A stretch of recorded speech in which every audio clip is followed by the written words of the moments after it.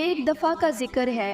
एक छोटे से घर में सिंड्रेला नाम की एक लड़की रहती थी।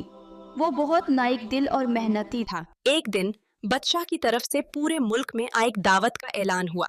सिंड्रेला भी उस दावत में जाना चाहती थी। सिंड्रेला को रोता देख एक पारी माँ वहां जाहिर हुई। उन्होंने अपनी जदुई छड़ी घुमाई और एक कड्डू को चया। जब सिंड्रेला दरबार में पहुंची तो बादशाह उसकी खूबसूरती देखकर दंग रह गया। उन्होंने रात के 12 बजते ही सिंड्रेला भागी। उसका एक शहशह का जूता महल की सीढ़ियों पर रह गया।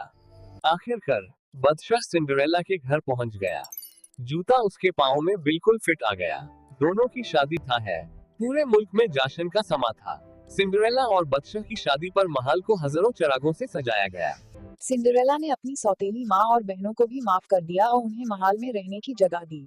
उसने दिखाया कि असली खूब।